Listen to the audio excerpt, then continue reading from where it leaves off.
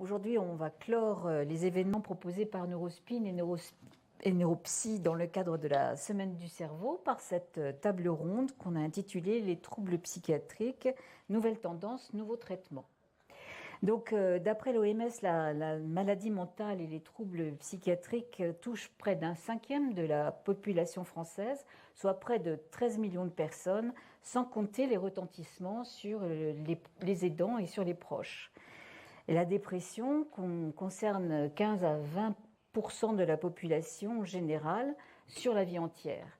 Et les maladies psychiatriques les plus fréquentes, on peut noter que ce sont les troubles bipolaires, la schizophrénie et l'autisme.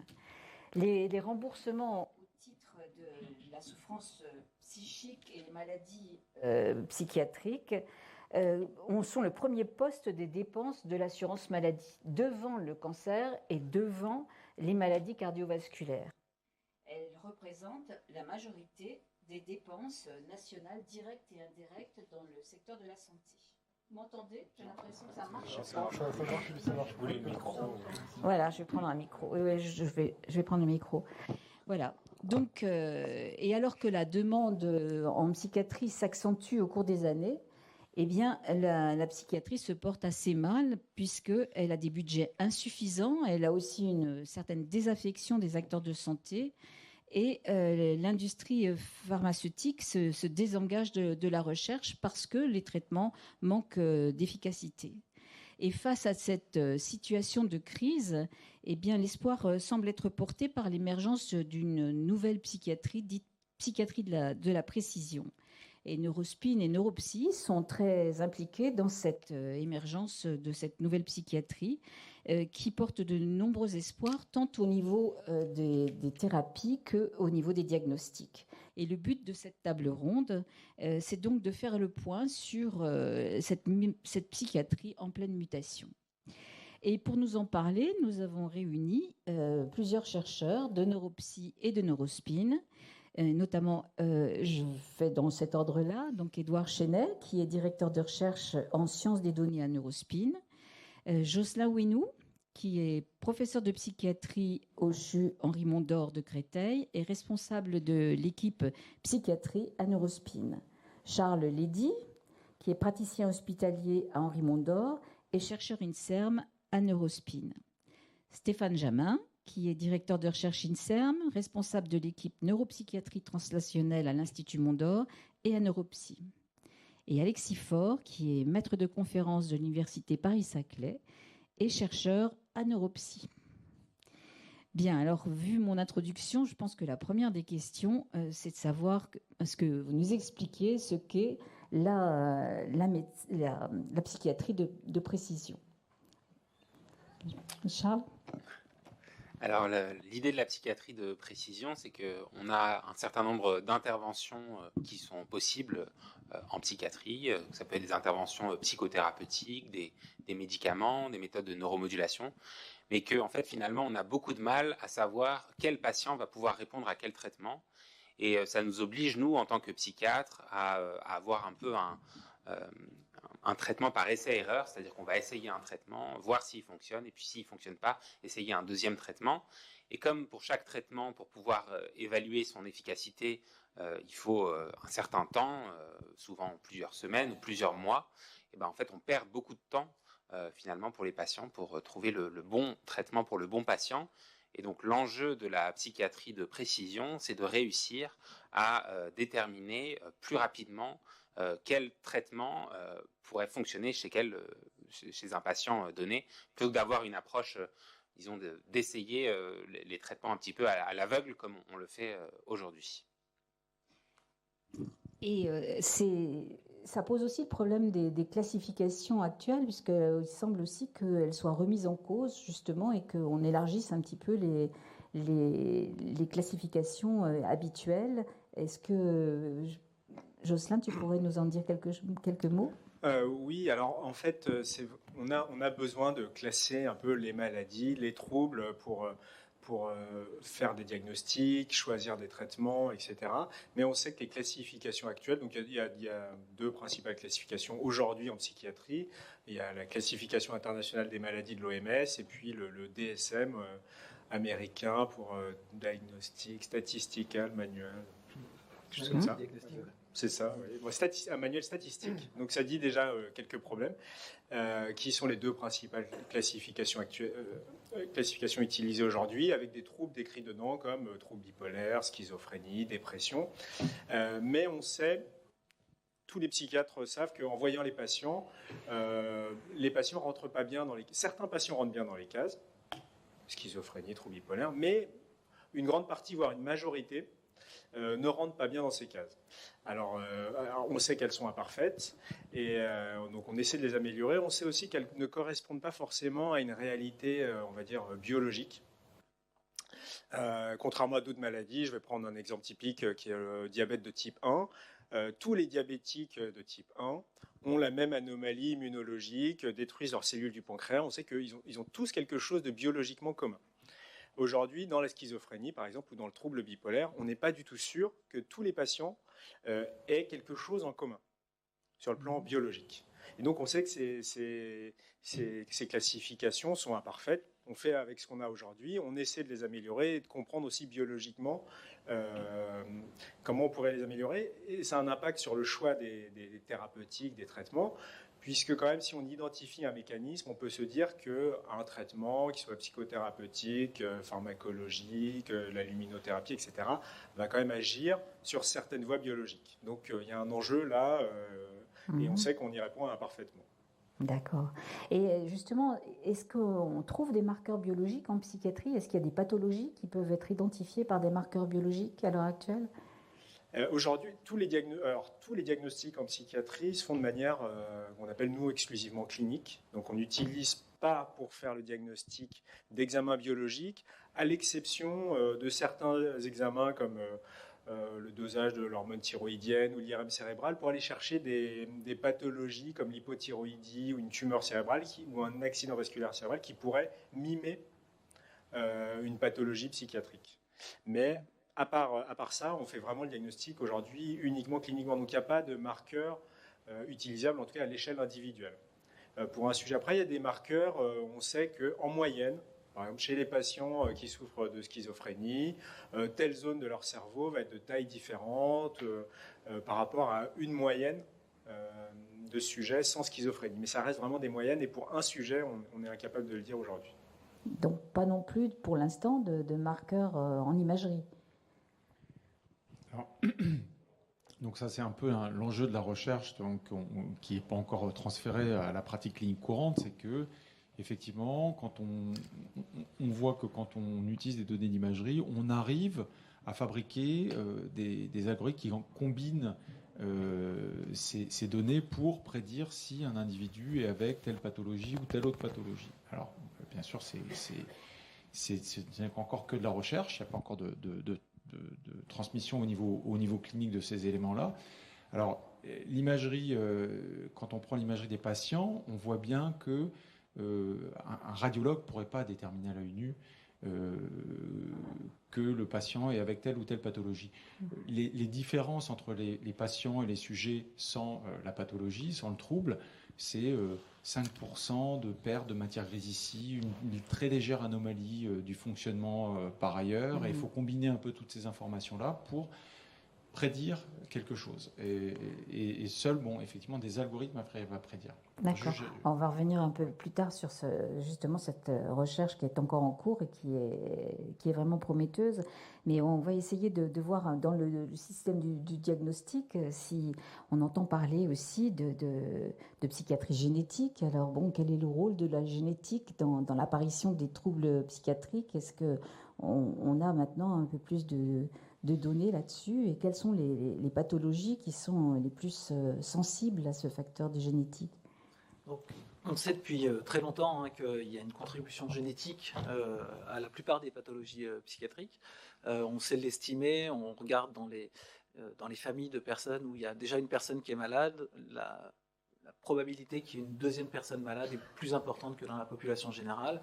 On le sait également en regardant dans les couples de jumeaux, en particulier chez les vrais jumeaux, quand un est atteint d'une maladie, schizophrénie ou trouble bipolaire, le risque pour le second également d'être malade est extrêmement élevé. Ça, c'est ce qui nous permet justement d'estimer cette contribution génétique assez globale sur l'ensemble des troubles psychiatriques.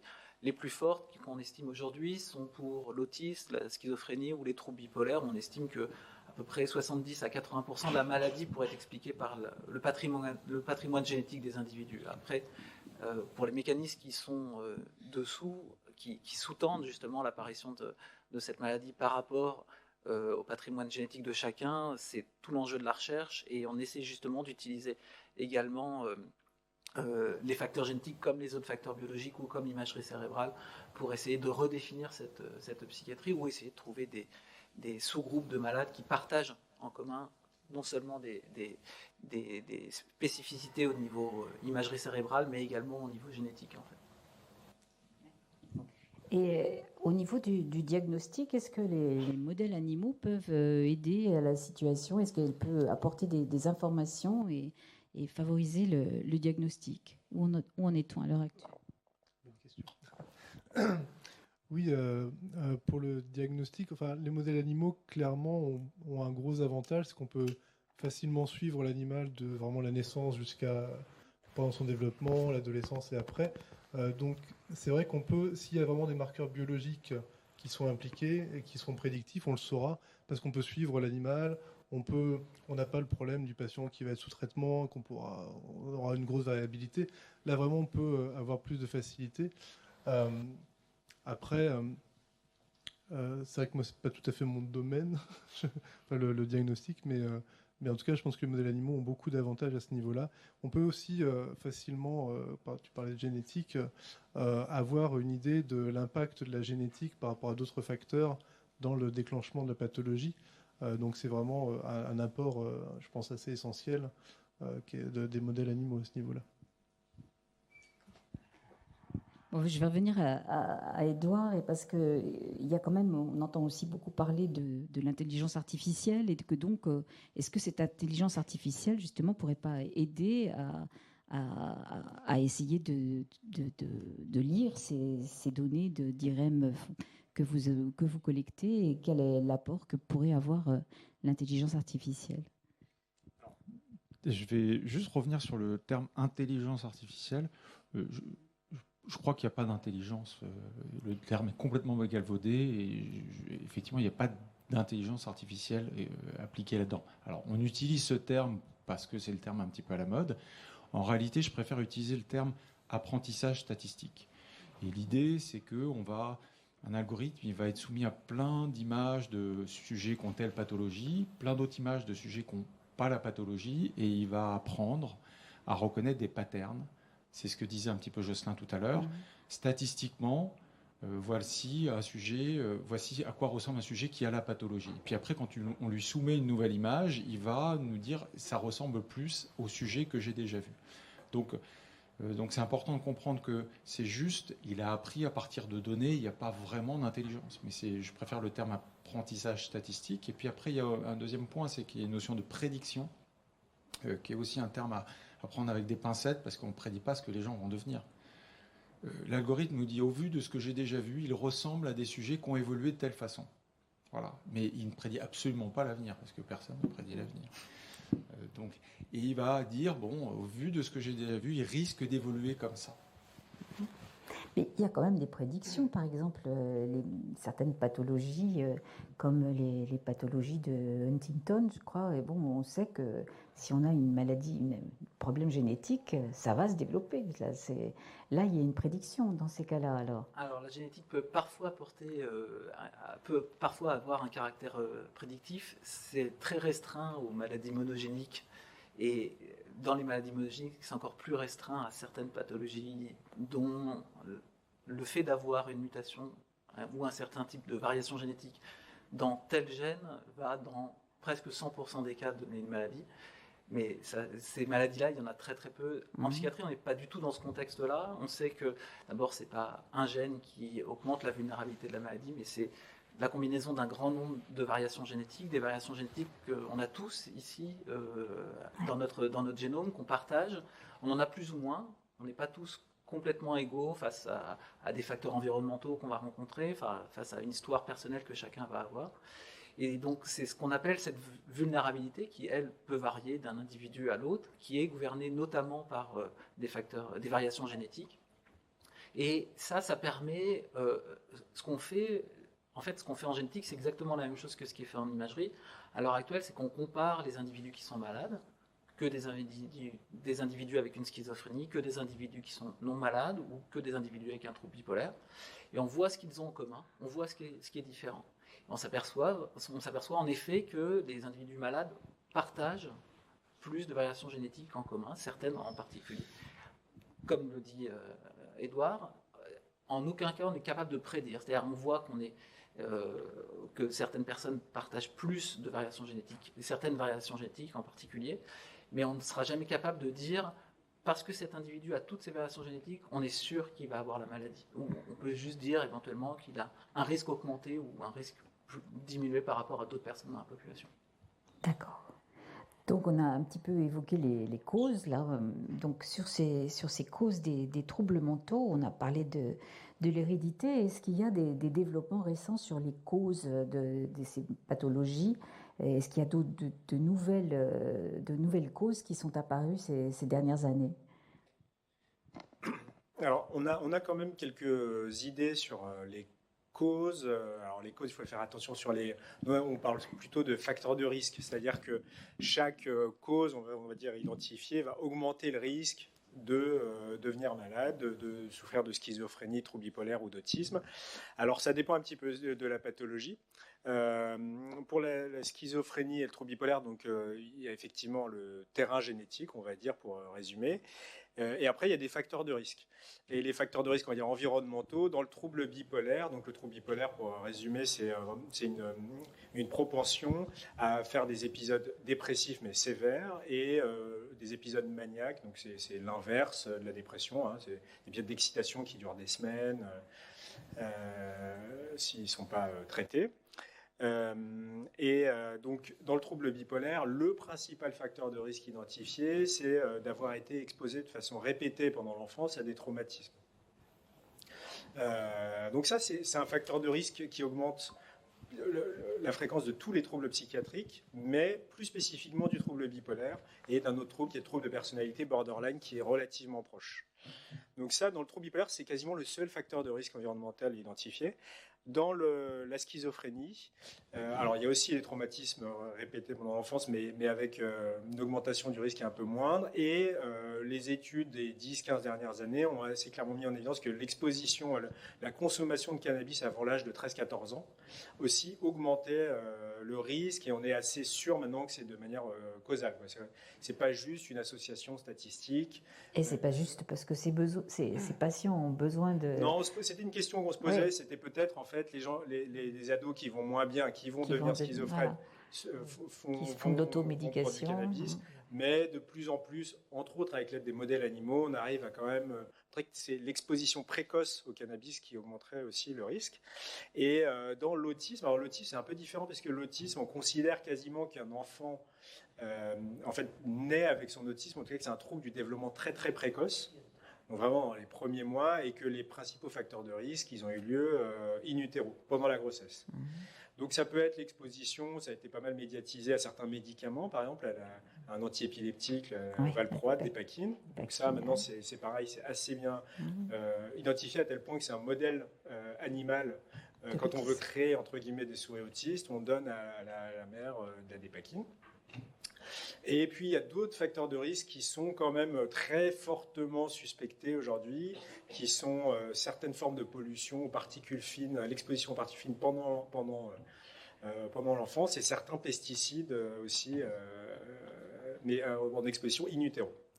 Donc voilà, tout ça c'est relativement récent. C'est aussi permis par l'apparition de grosses bases de données épidémiologiques, des études. Par exemple pour la pollution, je crois que c'était toutes les infirmières anglaises qui avaient été étudiées, surveillées. Pour les pesticides, c'est toutes les ouvrières agricoles en Californie qui avaient été surveillées.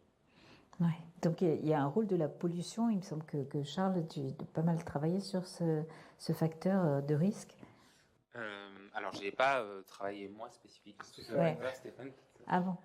Oui, en fait, mais dans des modèles animaux, par exemple, on essaie de comprendre l'impact de la pollution atmosphérique sur exactement ce que disait Jocelyn, sur le développement cérébral, à quel moment ça joue un rôle important et comment ça joue. Enfin, et donc là, les modèles sont particulièrement propices, ce qu'expliquait Alexis tout à l'heure, c'est-à-dire que l'avantage d'un modèle animal, quel qu'il soit, c'est qu'il nous permet de reproduire ce qu'on retrouve ou ce qu'on suspecte jouer un rôle chez l'homme et donc de pouvoir étudier la fenêtre de temps, par exemple, qui est extrêmement importante et en fonction si l'exposition est très précoce, plus tardive, périnatale ou postnatale, on peut voir l'impact sur le développement. Alors, on ne va pas faire des souris avec un autisme, c'est très compliqué, mais on peut voir, étudier le comportement social chez la souris, ça Alexis peut en parler beaucoup mieux que moi, on peut étudier un certain nombre de comportements qu'on retrouve altérés chez les personnes avec un autisme et essayer de faire des parallèles entre les deux. Et l'exposition à la pollution, qu'est-ce qu'on fait comme exposition chez ces animaux? Alors justement, nous on travaille avec des personnes qui sont des spécialistes de l'atmosphère et qui travaillent à l'université Paris-Est Créteil et ils sont capables, alors à la fois dans cette équipe ils ont deux volets, un qui étudie l'atmosphère auquel on est soumis tous les jours, et donc ils utilisent soit les bornes d'enregistrement qui existent, AirParif dont vous avez probablement entendu parler, qui est connu, mais il y en a plein partout en Europe. Ils étudient ces atmosphères et font des modélisations de mouvements des atmosphères et d'études des composés des atmosphères.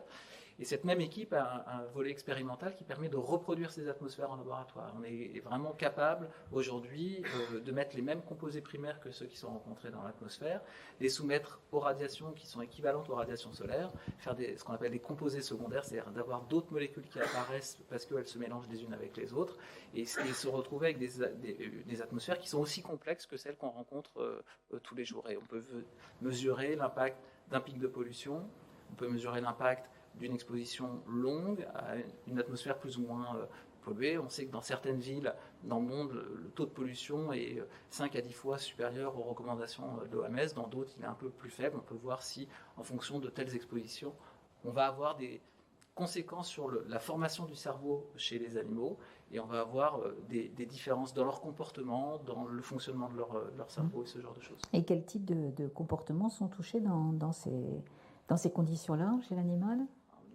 On regarde beaucoup parce que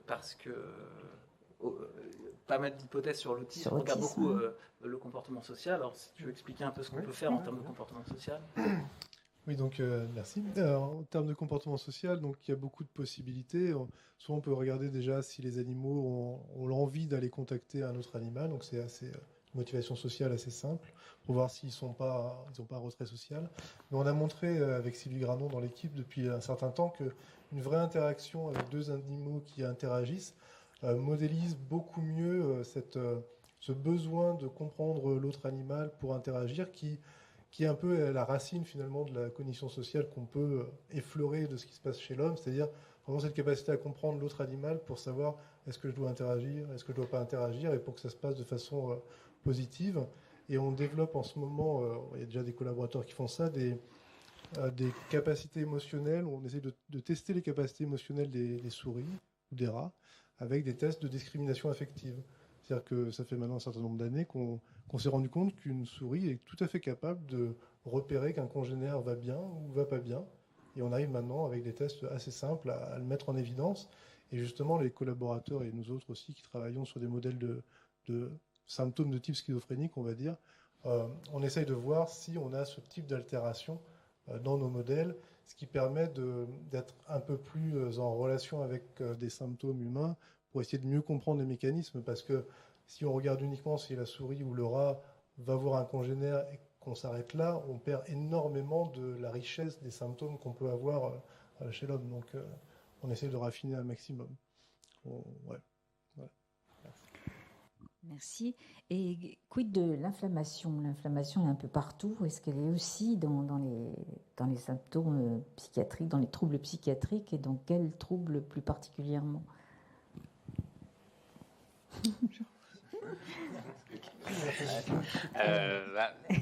L'inflammation, effectivement, c'est une nouvelle thématique qui a émergé en psychiatrie un peu plus récemment.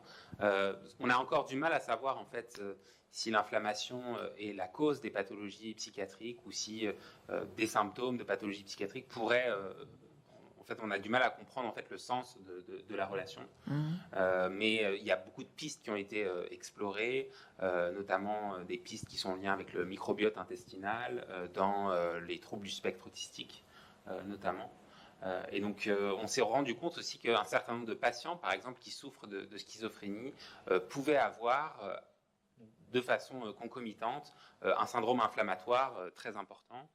Et ça ouvre aussi la perspective, des perspectives thérapeutiques, parce qu'on pourrait se dire que des patients schizophrènes qui résistent en fait au traitement usuel pourraient peut-être bénéficier de traitements anti-inflammatoires pour essayer d'améliorer en tout cas certains symptômes qui résistent au traitement habituel. Donc c'est un domaine qui est très riche et qui est en train d'être exploré en ce moment. D'accord, très bien.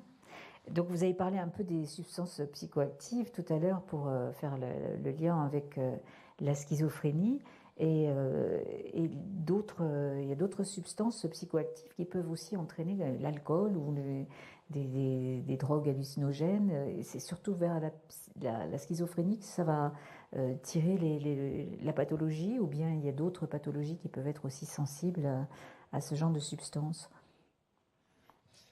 En fait, dans toutes les pathologies, ou même pour tout le monde, mais surtout chez les patients qui souffrent de pathologies chroniques, toutes les substances psychoactives peuvent entraîner des rechutes. C'est plutôt comme ça que ça se passe. C'est pas vraiment causal de la maladie, sauf cas exceptionnel, mais c'est plutôt l'apparition de rechutes. Alors ça dépend, parce que l'alcool, surtout de manière chronique, c'est un produit, c'est peut-être un peu contre-intuitif, mais c'est un produit qui déprime beaucoup. Alors souvent, c'est difficile au début de s'en rendre compte parce que c'est un peu intriqué. Les gens ont l'impression de prendre de l'alcool parce que justement, ils vont pas bien.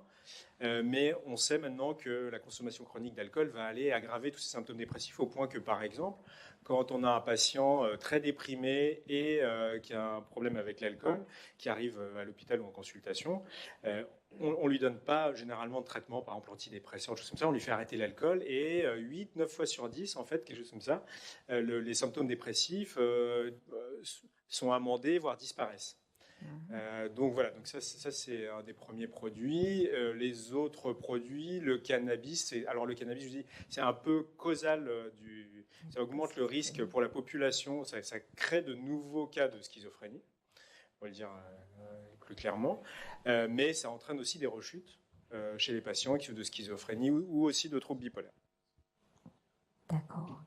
On va peut-être passer maintenant au traitement, puisque là aussi, il y a eu quand même pas mal de nouveautés sur les traitements. Et avant d'aborder ces nouveaux traitements, pourquoi est-ce qu'on a besoin de nouveaux traitements ?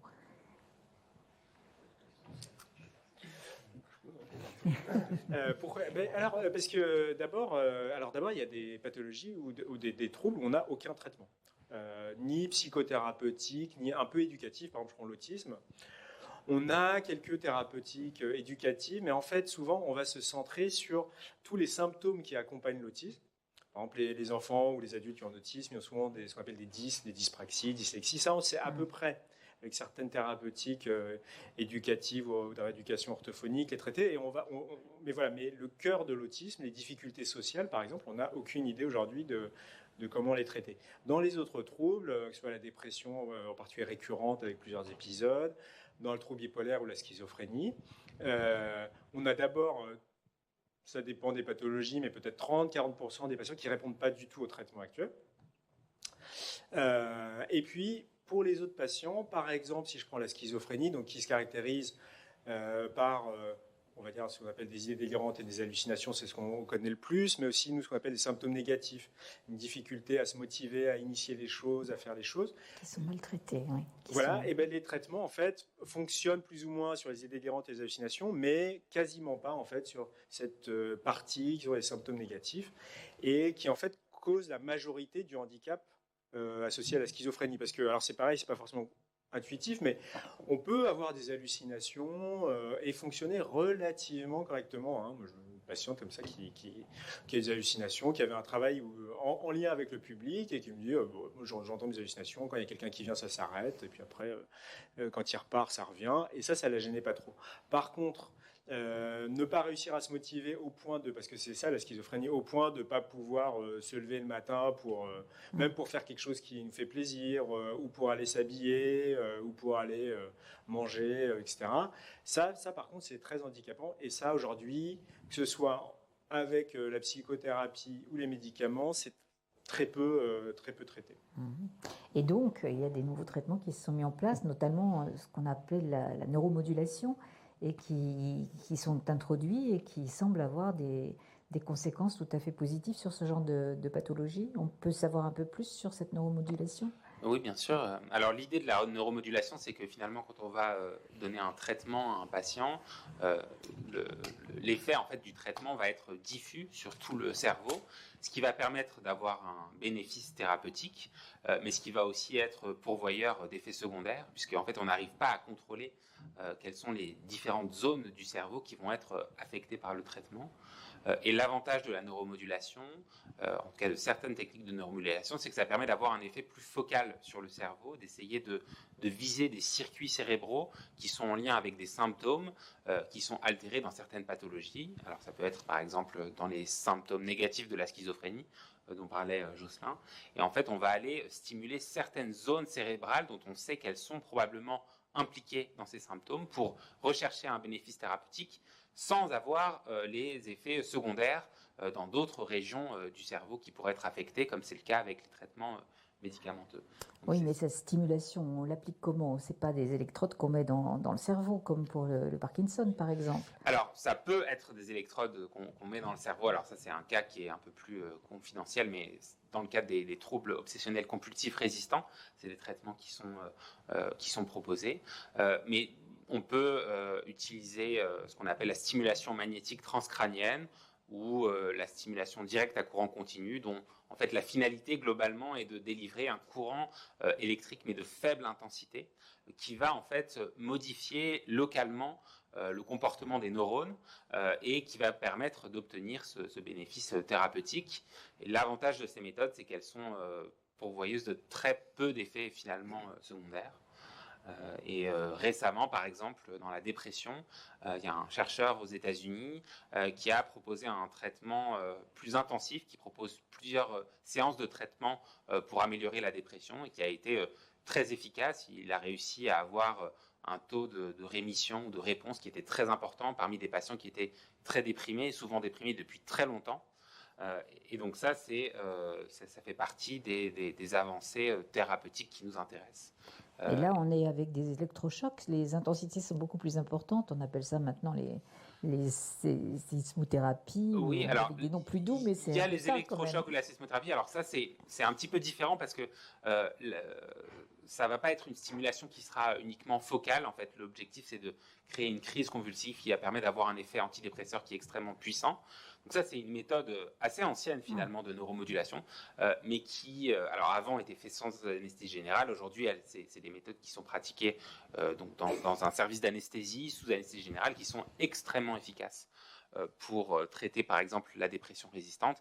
Mais c'est vrai que elle nécessite un plateau technique, une anesthésie générale de courte durée à chaque fois. Donc c'est quand même un traitement qui est assez lourd, qui est aussi pourvoyeur d'effets secondaires.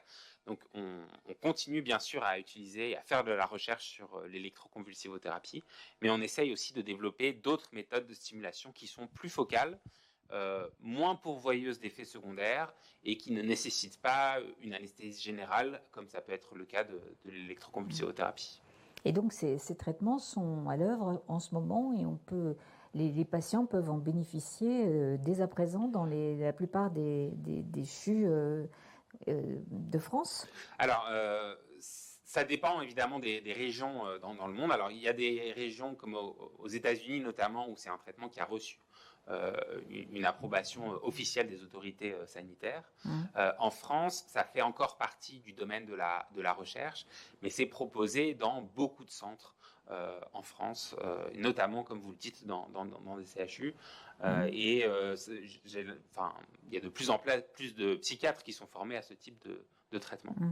Et pour la schizophrénie, avec les symptômes négatifs, c'est extrêmement encourageant parce qu'effectivement, il n'y avait rien pour l'instant et il y a beaucoup de personnes qui en souffrent sans avoir forcément les symptômes positifs associés. Et donc, mais je n'ai pas l'impression que ce soit encore passé dans le domaine courant que de traiter ces patients de cette sorte-là. Non, alors l'indication principale, c'est vrai que ça reste la dépression résistante.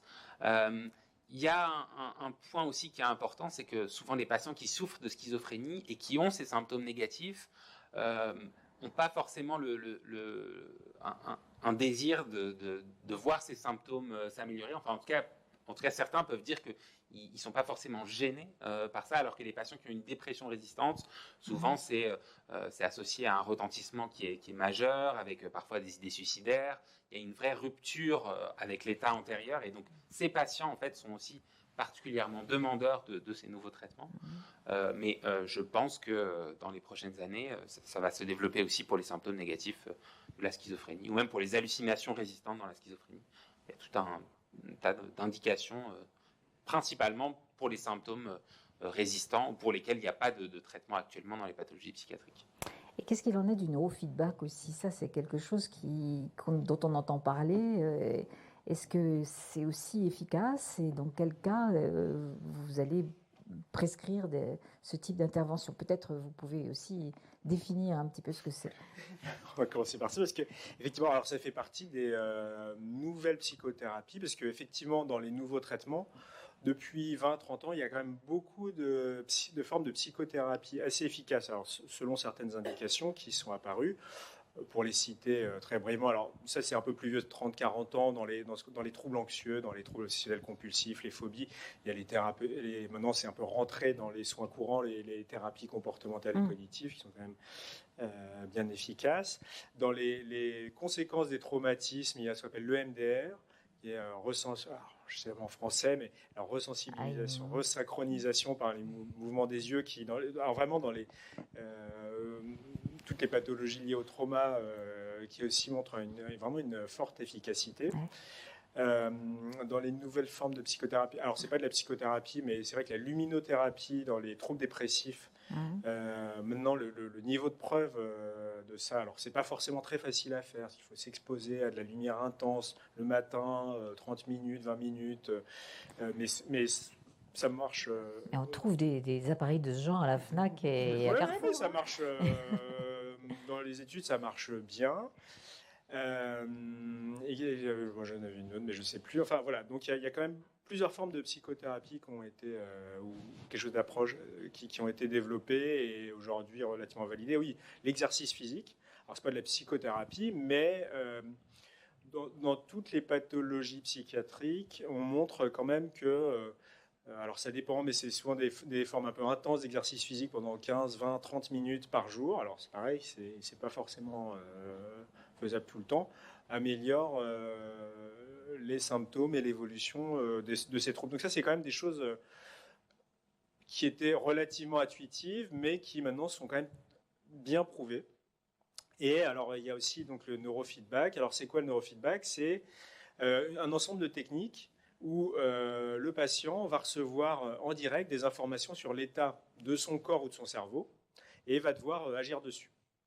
Donc, dans sa forme la plus simple, c'est un petit capteur sur le doigt qui va mesurer votre conductance cutanée, et on sait que donc l'inverse de la résistance, on a une petite résistance, on fait passer le courant électrique plus ou moins facilement sur la peau, donc c'est un tout petit courant qu'on sent même pas, pour mesurer la résistance cutanée, et on sait que par exemple selon son niveau émotionnel, ça va varier un petit peu. Donc il y a même des sectes qui ont utilisé ça. Ouais. Les scientologues, ils utilisent ça pour montrer qu'ils ont inventé un super truc. Vous voyez, vous pensez à un truc triste et vous voyez une aiguille qui bouge là. Mais en fait, c'est un mécanisme physiologique bien connu. Mais après, ils utilisent ça pour leurs histoires. Voilà. Mais en fait, ce qu'on peut apprendre au sujet, c'est à contrôler ça. À contrôler sa réactivité, la réactivité de son corps par rapport aux émotions. Par exemple, chez les sujets qui ont justement une réactivité émotionnelle trop importante, comme les sujets qui souffrent de dépression ou de troubles bipolaires. Alors on peut le faire, ça c'est un mécanisme basique, mais on peut montrer l'activité de son cerveau aux gens. Donc par exemple en faisant un électroencéphalogramme, et en direct on va leur montrer, quand on leur montre quelque chose, je sais pas, de triste, comment leur cerveau réagit, et eux-mêmes vont devoir apprendre à modifier la réponse de leur cerveau. Donc on peut le faire aussi en IRM fonctionnel. Nous, on le fait en IRM fonctionnel ici. On montre le niveau d'activité de certaines zones du cerveau aux gens pendant qu'ils font une tâche et on leur demande de contrôler ce niveau-là. Ce n'est pas forcément très facile au début, mais bon, ça s'apprend. Et là où ça a été beaucoup testé, mais pour l'instant, le niveau de preuve, pour le coup, est moins élevé que tout ce que j'ai cité avant. C'est dans l'hyperactivité avec inattention de l'enfant. Ah oui. Où en électroencéphalogramme, on voit certains marqueurs assez typiques de ce trouble, de l'inattention en tout cas, et on va demander aux enfants en particulier de contrôler ça. Mais les études, elles sont un peu mitigées, donc pour l'instant on ne sait pas très bien, des fois ça marche, des fois ça ne marche pas, donc on ne sait pas très bien encore comment l'utiliser. Mais alors c'est vrai qu'il y a des sociétés commerciales par exemple qui vendent ça, donc pour l'instant je pense que le niveau de preuve de ça, sur le plateau de Saclay, il y a une société comme ça qui vendait un casque à base de EG pour mieux dormir. Voilà. Mais le niveau de preuve de tout ça est relativement faible pour aujourd'hui. Et ce genre de traitement, on peut aussi les trouver dans les hôpitaux, dans les services de psychiatrie? Alors on essaie de développer par exemple les luminothérapies, le MDR dans les services moins, mais le neurofeedback, comme le niveau de preuve n'est pas très élevé, pour l'instant on ne décide pas de l'implémenter en pratique. Et alors, on entend parler aussi d'immunogénétique. Ça consiste en quoi, ça? Alors, ça dépend. Donc, c'est un peu pour revenir sur l'hypothèse initiale qu'on avait mentionnée tout à l'heure, d'essayer de redéfinir un peu les troubles psychiatriques en fonction des marqueurs qu'on peut arriver à identifier. Certains de ces marqueurs, en fait, touchent le système immunitaire. Ça a déjà été évoqué avec l'inflammation et ce genre de choses. Et il y a quelques cas, notamment de pathologies psychiatriques pour lesquelles il a été montré qu'il y avait en fait la présence notamment ce qu'on appelle d'auto-anticorps, c'est-à-dire d'anticorps produits par le corps, dirigés contre les propres molécules du corps, et notamment dirigés contre certains récepteurs cérébraux, qui, lorsqu'ils sont présents, entraînent vraiment les mêmes symptômes que ceux qu'on peut rencontrer chez des personnes avec une schizophrénie. Donc on est vraiment sur ce qu'on appelle une sorte de nouvelle catégorie qui s'appelle les psychoses auto-immunes, qui sont justement ces maladies qui sont dues à la présence de ces auto-anticorps dirigés contre notamment des récepteurs cérébraux. Une fois que ça c'est identifié, alors on parle là il y a tout un champ de la recherche pour savoir combien de personnes ça peut concerner. Alors là, c'est vraiment les débuts de la recherche par rapport à ça. Et de savoir si ça touche qu'un seul type d'anticorps, qu'un seul type de récepteur ou plein de récepteurs différents au niveau cérébral. Donc il y a énormément de choses qui sont faites là-dessus. Les mieux caractérisés sont ceux qui touchent des récepteurs au glutamate, qui est un des neurotransmetteurs principaux dans le système nerveux central, et qui sont très bien caractérisés. Et les premiers cas qui ont été caractérisés, ces auto-anticorps sont apparus suite généralement à des tumeurs en fait. Et dans ce cas-là, il y a un problème de reconnaissance du soi en fait par l'organisme et donc l'apparition de ces auto-anticorps. Dans ces cas-là, et donc le champ de la recherche est développé énormément pour savoir dans quelle mesure ça peut s'étendre en fait, mais dans ces cas-là on sait comment agir puisque là pour une fois on trouve la cause de la maladie et donc on peut agir sur le système immunitaire, utiliser ce qu'on appelle des neuromodulateurs pour justement modifier la production de ces anticorps par l'organisme et essayer de proposer des thérapies. Ça fonctionne très très bien chez les quelques personnes qui ont été identifiées comme ça, donc il y a beaucoup de travail à l'heure actuelle pour justement essayer de voir quelle proportion de la population avec une schizophrénie peut être véritablement peut avoir des symptômes qui sont dus à ce genre de dysfonctionnement. Et dans ces cas-là, on sait quoi proposer, puisqu'il suffit, entre guillemets, de jouer sur le système immunitaire pour essayer de voir une amélioration des symptômes. Quand c'est proposé et que c'est vraiment la cause, on s'aperçoit que l'amélioration des symptômes est assez impressionnante et très rapide. En fait. Donc c'est déjà utilisé actuellement. C'est déjà utilisé. Je ne sais pas si vous avez des idées de la proportion de patients que ça peut toucher, mais ça reste quand même relativement marginal, mais ça a déjà été démontré pour être efficace en effet. Très bien. Et là, les modèles animaux, est-ce qu'ils nous proposent des choses intéressantes pour les traitements et quel type d'informations ils sont capables de nous donner? Merci. Les modèles animaux, au niveau des traitements, le gros intérêt, ça va être de mieux comprendre les circuits et les neuromodulations. Tu parlais de neuromodulateurs, vous parliez de la schizophrénie avec tous les patients qui sont résistants aux médicaments. C'est probablement parce que les circuits fonctionnent différemment ou ont des neuromodulateurs différemment largués, enfin différemment impliqués. Donc c'est vraiment en comprenant mieux la différence. Par exemple, si on fait un modèle de schizophrénie avec en suivant les animaux depuis le début, en leur faisant des stress après la naissance pour voir un décours, tous les animaux ne vont pas déclencher des symptômes très importants et on pourrait essayer de trouver cette variabilité, essayer de comprendre comment le système dysfonctionne, les circuits qui sont plus ou moins, par exemple si la dopamine est plus ou moins active dans certains sous-réseaux. Et si on comprend mieux cette variabilité, on peut envisager de comprendre mieux pourquoi certains traitements vont marcher chez certains patients et pas chez d'autres. Mais pour l'instant, je ne crois pas qu'on ait eu de résultats si évident là-dessus. C'est vraiment la recherche est en cours pour essayer de vraiment trouver déjà chez un animal normal, trouver qu'est-ce qui le rend différent d'un autre.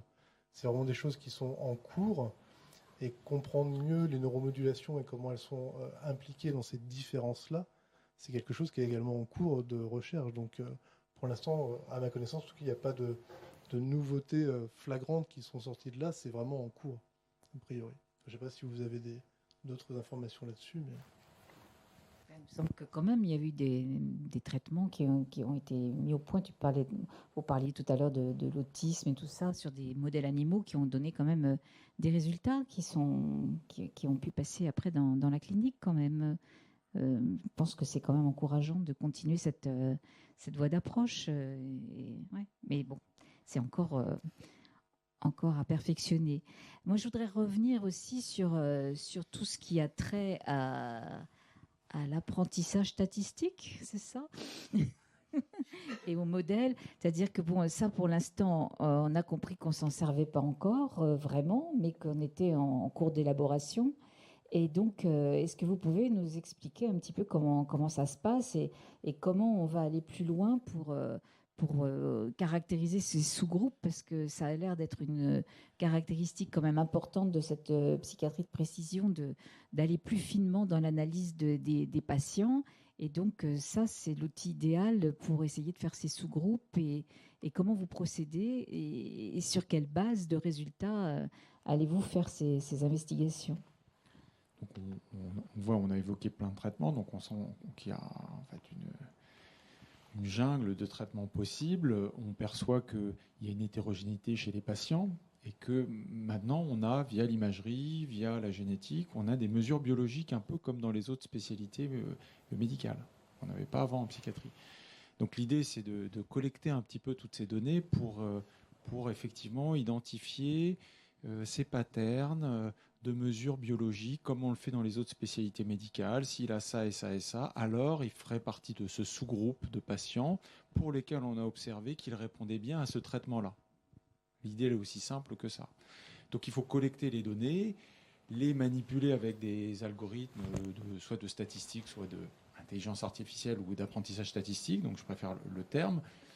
Et donc là, ce qui est crucial, c'est de collecter effectivement des données pour faire monter le niveau de preuve et de certitude qu'on a sur le choix d'une stratégie thérapeutique pour cette catégorie ou ce pattern, ce motif de patient. Et donc effectivement, l'enjeu crucial actuellement, c'est ce qui nous manque, c'est des données, collecter des données pour mieux comprendre, faire monter le niveau de preuve, de démontrer aussi l'efficacité des traitements dans telle et telle situation. Et jusqu'alors, effectivement, les études, c'était 30, il y a quelques années, quand on faisait les études au début des années 2000, c'était 30, 40 sujets. Maintenant, on est à plusieurs centaines. Les projets européens, ça atteint quelques milliers. On peut arriver à presque 10 000 dans certains cas, mais c'est vraiment ce dont on aurait besoin dans un avenir à quelques années faire monter ce niveau de certitude et de preuve qu'on a. Et vous m'aviez parlé quelque chose qui m'avait bien impressionné, c'est-à-dire qu'en fait, on pouvait se servir de ces données pour essayer de faire, enfin, de prévoir. On avait parlé des cas de schizophrénie qui apparaissaient à la suite de prises justement de cannabis, et qu'on pouvait essayer de faire, de protéger la personne pendant un certain laps de temps pour essayer de lui faire passer le cap de vulnérabilité. C'est-à-dire, ces traitements grâce à des prédictions qu'on pourrait faire justement sur l'évolution possible de la situation, protéger des individus pour qu'ils puissent à terme ne pas développer cette pathologie. Alors ça, c'est un projet qu'on a mené avec Sainte-Anne. C'est qu'on avait donc dans l'évolution des pathologies qui mènent à la schizophrénie, il y a plusieurs étapes. Il y a une première étape qui serait dite de patients à risque. Puis enfin, certains patients, les à risque ne sont pas des patients justement, des sujets à risque. Puis certains de ces sujets-là vont faire un épisode psychotique, une hallucination, quelque chose comme ça. Et puis ça va aller mieux. Puis certains de ceux-là vont se chroniciser dans ces épisodes et vont avoir une schizophrénie. Et donc en fait, ce qu'on a fait, c'est que sur la base de l'imagerie anatomique de sujets à risque, donc ils étaient dans les phases dites prodromales, vraiment au tout début, on a réussi à savoir s'ils allaient évoluer vers l'épisode le premier épisode psychotique. Donc l'intérêt de ça, alors déjà la prédiction elle n'est pas de 100%. Donc les prédicteurs font bien sûr des erreurs et disent voilà le sujet risque d'évoluer vers ça. Mais ce type de prédicteur à base de l'imagerie pourrait être utilisé. Donc il faudrait augmenter le niveau de preuve avec des cohortes plus grandes, etc. Mais pour prévenir, mettons, chez un patient, chez un sujet qui a 14 ans, qui commence à être dit à risque, se dire celui-ci risque d'évoluer vers un épisode psychotique, et donc celui-ci, il faudrait vraiment en prendre soin, et typiquement lui faire éviter de prendre du cannabis pour passer la phase de maturation cérébrale, parce qu'en réalité, les pathologies psychiatriques se déclenchent pendant cette phase de jeune adulte, à part l'autisme. Enfin, mais en général, c'est plutôt dans cette phase de dit délagage neuronal où le cerveau se reconfigure, enlève un peu les neurones qui servent à rien, je simplifie. Et donc, on ne veut pas que le jardinier qui transforme un jardin en friche en jardin à la française ait fumé trop de cannabis chez un sujet qui serait à risque. Et donc, si on peut savoir quel est le sujet à risque, lui, on en prendra soin, on évitera donc qu'il consomme du cannabis. Donc, on voit bien l'importance de ces cohortes pour l'avenir de la psychiatrie. Et donc, ça, je voulais revenir un petit peu là-dessus, parce que vous disiez, c'était 30, après, maintenant, c'est 100. Maintenant, donc, on a des cohortes internationales. Donc, vous avez des collaborations avec les pays voisins pour vous échanger des données. Mais je suppose que ces données aussi, elles coûtent cher. Et donc, tous vos patients, vous leur faites passer des examens génétiques et des examens et des IRM pour pouvoir collecter toutes ces données. Est-ce qu'il n'y a que certains centres qui pratiquent ce genre d'analyse? Est-ce que vous pouvez nous expliquer un peu? Alors, effectivement, c'est un coût qui est considérable, mais c'est déjà, grosso modo, on est à 15-20 000 euros par individu, sachant qu'il faudrait environ 10 000 individus, donc vous faites le calcul, c'est des centaines de millions d'euros, pour traiter par exemple une pathologie. Donc c'est un coût. Mais finalement, aussi, ce qui est très important, c'est pas que le coût, c'est que comme les services de psychiatrie sont sous tension, dire pour chaque patient, vous allez leur faire collecter des données génétiques, des données d'imagerie, 2 jours d'échelle clinique, en fait, ils peuvent pas. Et donc, c'est même en termes de les moyens humains qui sont limités, qui est un facteur qui restreint effectivement la capacité de collecter ces données.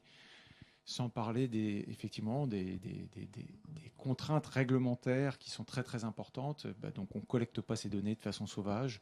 Il y a des contraintes réglementaires qui sont considérables.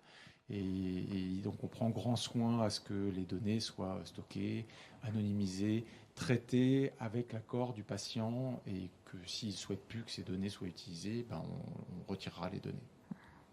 Enfin, on voit quand même que c'est très, très important que les patients se soumettent. Et même, il vous faut des sujets contrôle, je suppose. Donc, c'est très important que vous arriviez à faire construire vos cohortes Et d'ailleurs, à cette occasion, je signale qu'à Neurospin, vous êtes tout le temps en train de chercher des patients et des contrôles, et que Christine Doublé, qui est dans la salle, fait une recherche active de patients et de volontaires pour ces études. Et donc, si vous êtes intéressé pour participer à ce développement de la recherche, eh bien, ce serait bien de la contacter et puis de venir voir ce qu'ils font et tout ce qu'on vous propose pour améliorer justement la recherche dans le domaine.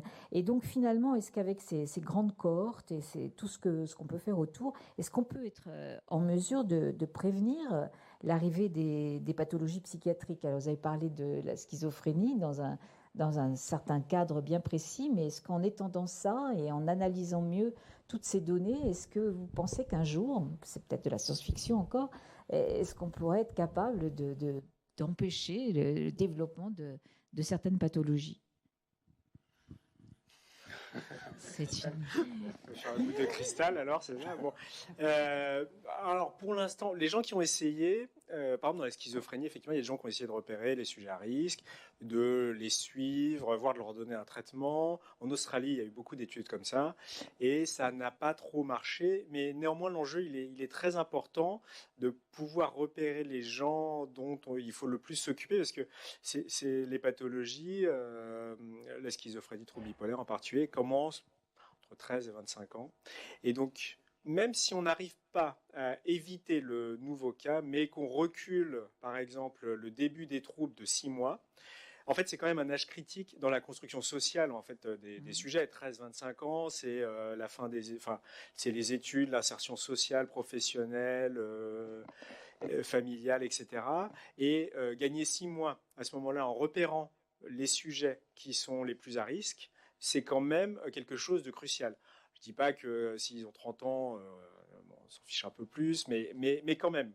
13-25 ans, c'est un âge crucial pour ça, socialement, on va dire. Et donc, est-ce qu'on arrivera ? Je pense que ça va dépendre des pathologies, mais après, je pense que déjà, l'identification de facteurs de risque, type exposition au cannabis précoce, décompensation à cause de l'alcool, comme on disait tout à l'heure, etc., c'est quand même des messages dont on est sûr aujourd'hui. Que des journées comme aujourd'hui peuvent permettre de contribuer à diffuser. D'autres facteurs de risque un peu plus lointains, mais qui sur le nombre de sujets comme l'exposition au traumatisme de l'enfance, je pense qu'il y a quand même des... La pollution aussi. La pollution. La pollution. Voilà, je pense qu'il y a quand même des mesures applicables aujourd'hui qui, en fait, au moins sur le plan de la population, peuvent permettre de réduire le nombre de cas. Je vais donner des exemples. La pollution, c'est assez direct. Les traumatismes de l'enfance, il y a quand même beaucoup d'études anciennes des années 60-70 qui montrent qu'un euro investi dans l'équivalent de l'aide sociale à l'enfance fonctionne très bien pour réduire ce nombre d'enfants exposés à des traumatismes dans l'enfance et donc après à des pathologies psychiatriques. Très bien. Écoutez, merci beaucoup pour toutes ces interventions. Et puis maintenant, on va laisser la parole au public qui va pouvoir vous poser des questions.